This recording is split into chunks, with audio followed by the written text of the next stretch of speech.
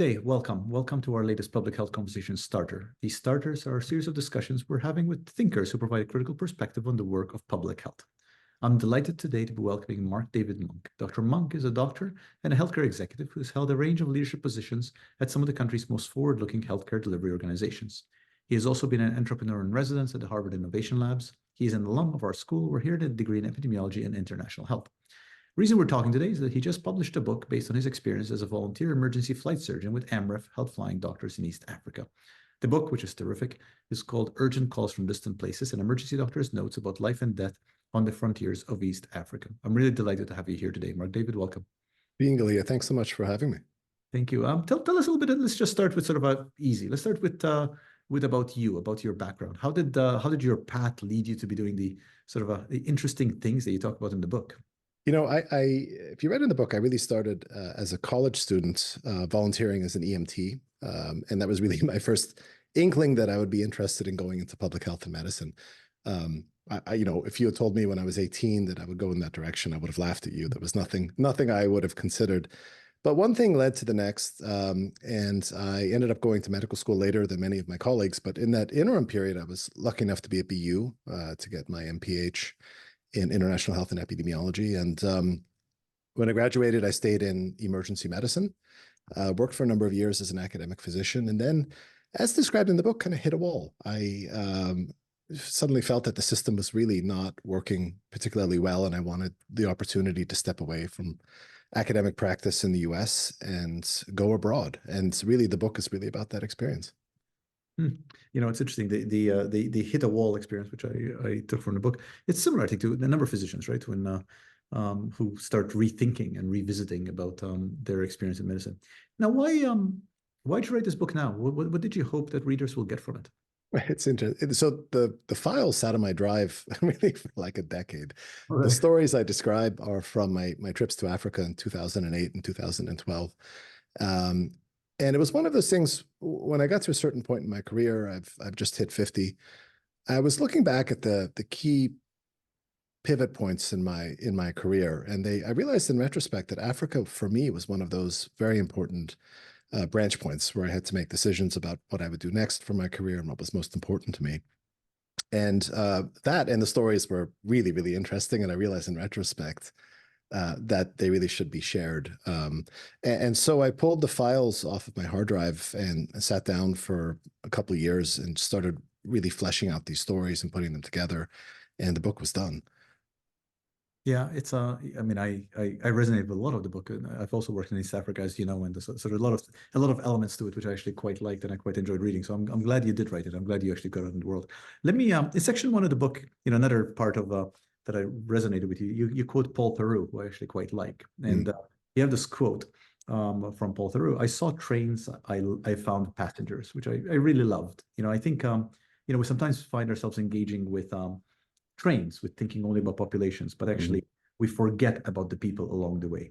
Can you talk a little bit about how you bring the two together in your head? How do you bring together the individual stories about the people with the larger vision of thinking about the train and the population?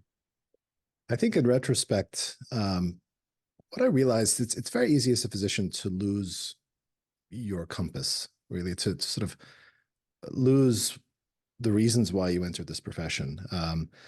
And for me, going to Africa, the most important part of those trips were actually meeting individuals and empathizing with them and learning their stories, and really experiencing, I think, what was for me a very pure doctor-patient relationship. I mean, these are relationships that we formed, completely different backgrounds, completely different languages, completely different life experiences, completely different socioeconomic situations. But what I found most important about those experiences was that there was something universal about the doctor-patient relationship, where there was an implicit understanding that I was there to help, and there was a respect for the relationship from both the patient and from the doctor. And secondly, I realized that there were very good reasons for being in medicine, and they had to do with taking care of individual patients, and that this wasn't kind of that the really satisfaction for me wasn't so much kind of a big bang organizing big systems, but that there was a real pleasure in taking care of an individual. And that was reinforced for me in those stories. Yeah, it's something which I've struggled with, right? I think sometimes being in public health, we when we talk about the health of populations, we do not emphasize enough that ultimately health of populations is health of individual people, and of course it's about that.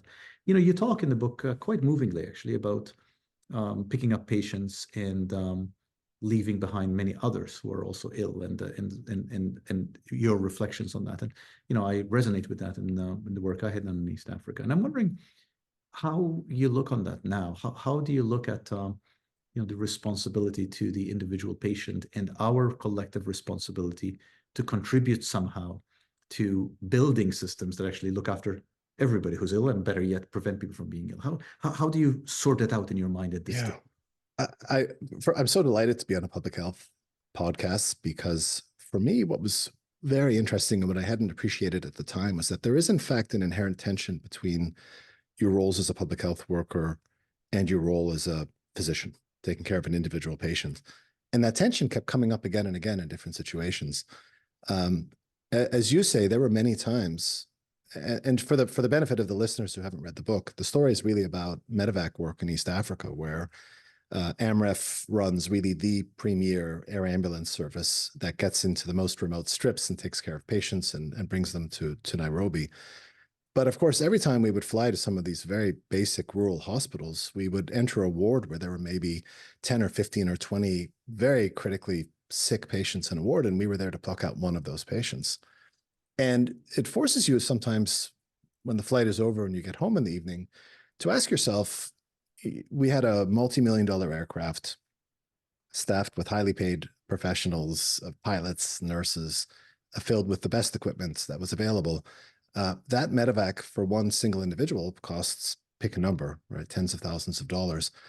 And could that money have been better spent providing a range of more basic public health interventions?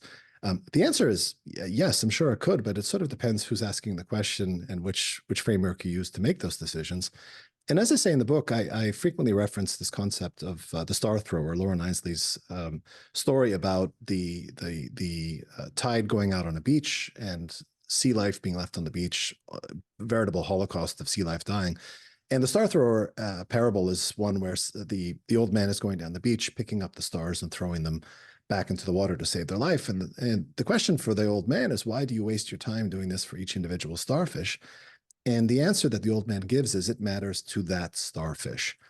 And what I took away from that experience was, it matters for the patients that I've touched. Each one of those people, their lives were absolutely were saved by these heroic medevac flights that we took into remote Africa. And to discount that in the name of sort of a broader public health goal, to me, just didn't feel quite right. But something I struggled with for sure. And these tensions between public health and medicine came up again and again. I mean, there were questions about certainly spending, questions about public health versus the individual. There was one notable story where we were medevacing a patient from Ethiopia to Nairobi from a rural hospital, a critically sick guy with kidneys were shutting down, liver was shutting down. He was bleeding. And I looked at the nurse and I said to the nurse, is it possible that this is in fact a hemorrhagic virus? They pop up in Africa every so often. And I realized that the risk that we were running was potentially flying a patient with a hemorrhagic virus into the middle of Nairobi and potentially infecting the entire city. The flip side, if we were to leave the patient there, was that I would have neglected him, abandoned him, left him to die in rural Ethiopia. And I realized that my training as a doctor had never really provided me to make the trade-off of abandoning a patient in the name of kind of a broader public health goal. That really wasn't, there's nothing in the Hippocratic Oath that really allows you to do that, right? And so these tensions came up again and again, and I thought they were an interesting angle on the book. Yeah, I thought it was actually super interesting in the book, and I think you tackled it honestly, actually, and as with any honest wrangling with this question, I think you raised more questions than you answered, which I respect. There's a quote and a sentence in the book where he said, "It's impossible to truly understand a place without being part of its fabric." And what that makes me think about is the complicated thoughts that one has about something like an AMREF flying doctor, and about doctors from high-income countries working in fewer resource settings. Where are you at in your thinking about this, about that whole complicated set of questions about the role and responsibility we have as to our shared humanity, but at the same time, having these imbalances of resources and power and the role that then one might play in a clinical setting? And they're such important questions, right? I put that quote in the preface for two reasons. Number one is I want it to be crystal clear that I'm not one of those people who dedicates their lives to working in Africa, right? Either in a full-time clinical capacity or else in a policy perspective or working full-time for an NGO. The book really is about my personal experience as a short-term visitor to Africa, caring for patients. And I think what the book really provides maybe is kind of a fresh set of eyes on a situation where people who were there as full-timers maybe could become blind to. So it was for me a personal journey and a novel experience. As you say, I'm not sure I have great answers for these big questions. I mean, it was the work that we were doing on an individual basis, the hundreds of patients I touched in my time there, their lives were irrevocably improved, altered, saved by the work that I had done. But as I realized in retrospect, oftentimes it feels like it's just kind of a drop in the ocean, right? There's just so much work that needs to be done.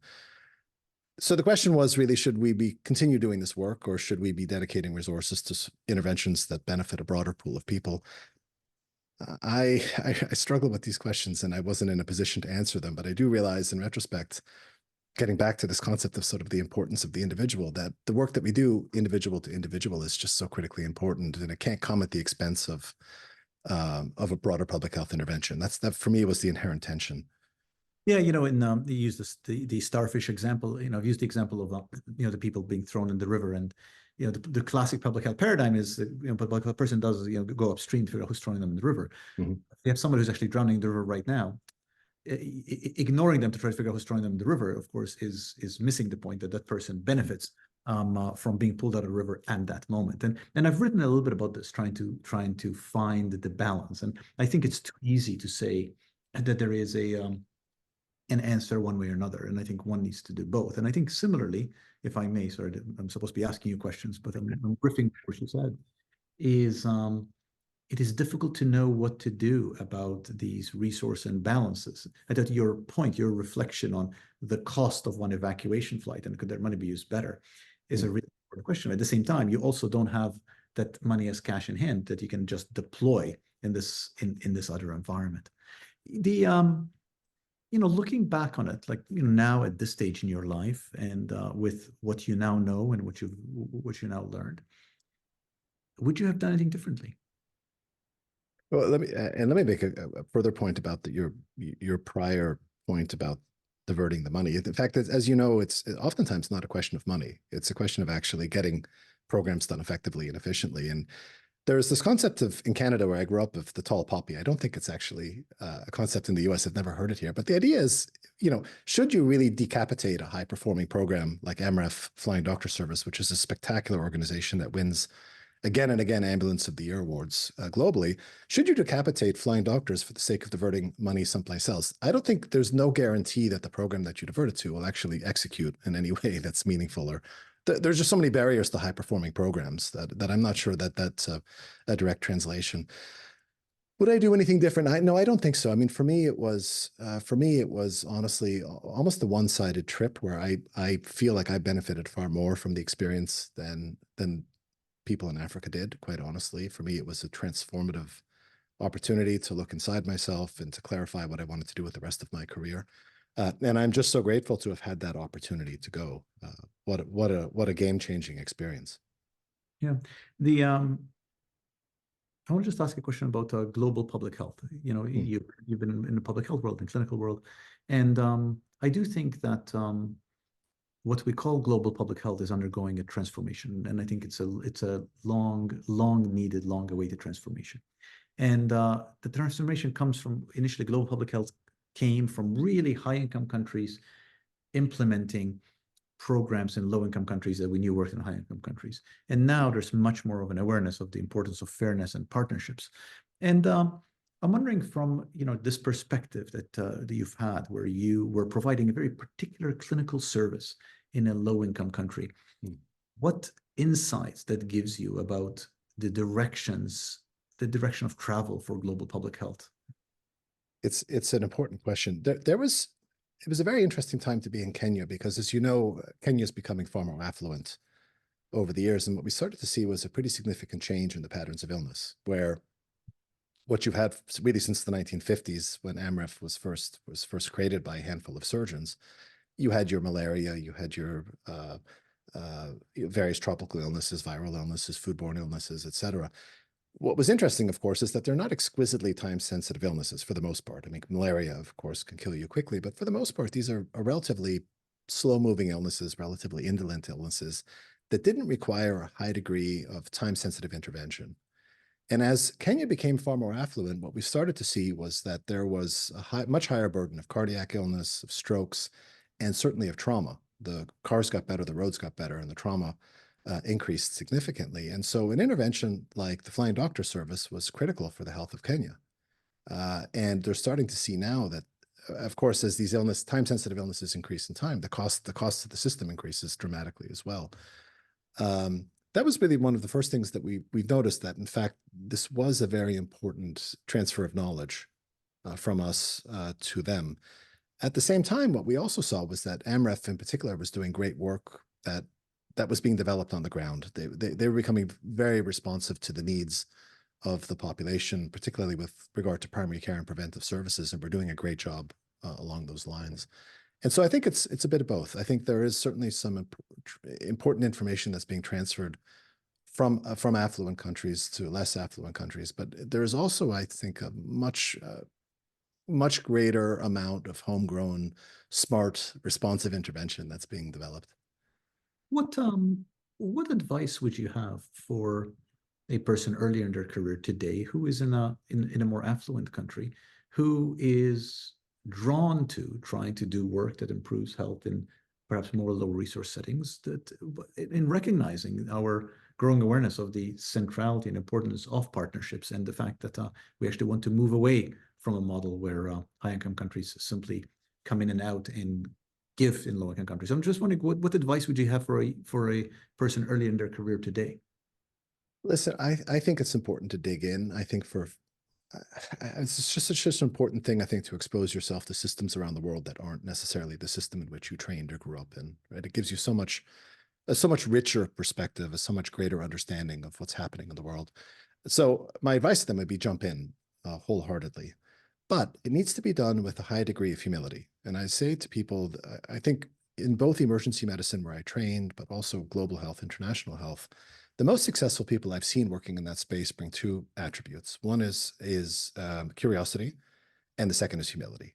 If you possess both of those things, I think you tend to do well in those environments. If you go in thinking you know it all, if you think you're there basically for a one-way information transfer, I think you're going to be sadly disappointed. And as you know, there's just so many failed programs in Africa, really around the world, developing countries, that have been a consequence, I think, of hubris, of people from the West, from affluent countries, thinking they know what's needed in these places, and of course they don't.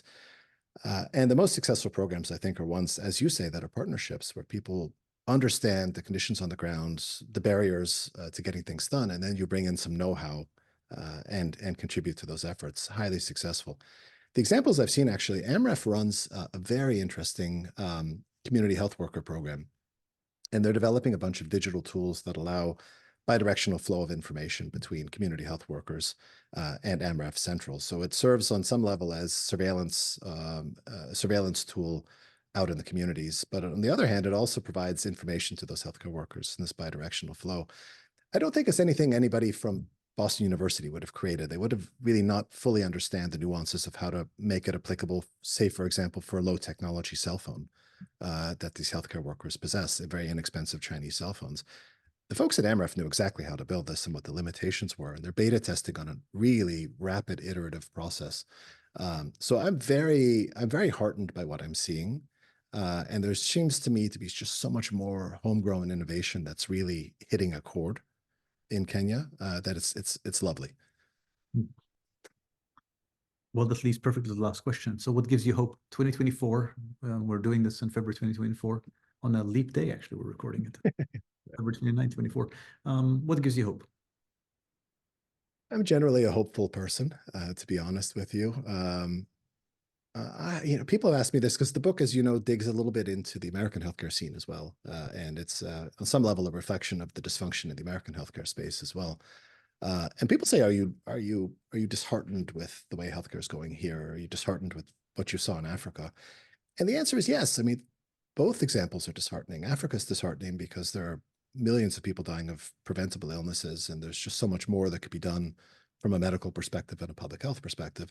And yes, the American healthcare system is incredibly disheartening because they, to my mind, a corrupt system with the wrong incentives and profiteers at the table who are taking critical money away from families who can't afford it. Is that an excuse to step back and do nothing and to throw your arms in the air? No. I mean, I'm optimistic that both systems can be improved, and I'm optimistic that with some effort and with some diligence and with some dedication to improving systems, well-meaning people can dig in and fix these things. And I'm really heartened by the fact that the millennials in particular are just such an engaged population, such an engaged generation who truly feel what's right and what's wrong and feel this sense of engagement and a desire to fix the system. I'm optimistic, really. I share your optimism, even as things are difficult. And I think what the book does and what this conversation surfaces is how one person can engage and actually try to do the right thing by the starfish and people in the river, even while recognizing the challenges of the systems that we're all working within. And the two are not mutually exclusive. That actually one can try to do the right thing by that person with whom we share so much humanity, at the same time as trying to change systems. I think it is a difficult synthesis to bring about in our minds, and I think your book is an example of helping us think through that. So thank you for writing it, and thank you for spending time to have this conversation. My pleasure. Thanks so much for having me, Dean Galea. It's a pleasure.